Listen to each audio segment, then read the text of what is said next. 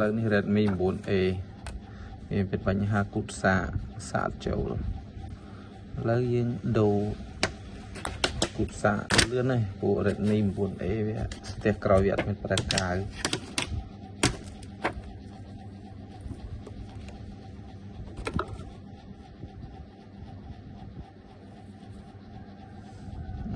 ដោះស្ទះក្រោយនេះមក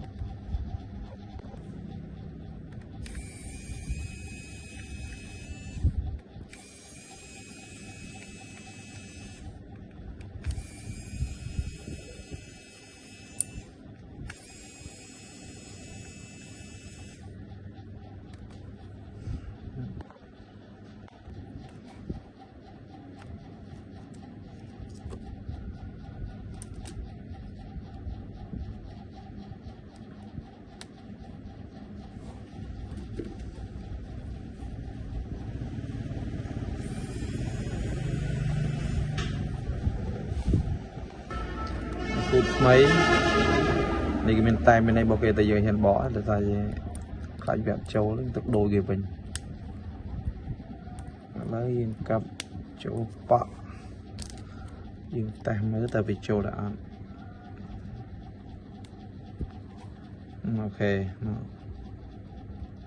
ចូលហើយណាអូខេ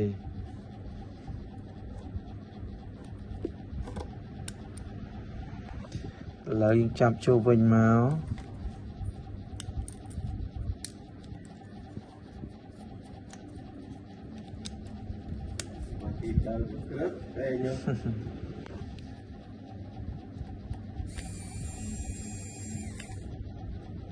ចាប់ចូលវិញហើយអូខេ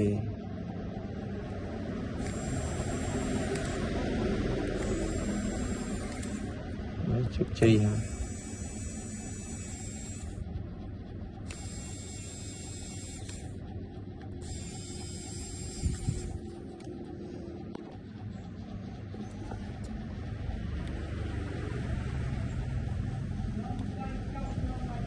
អូខេរួចរាល់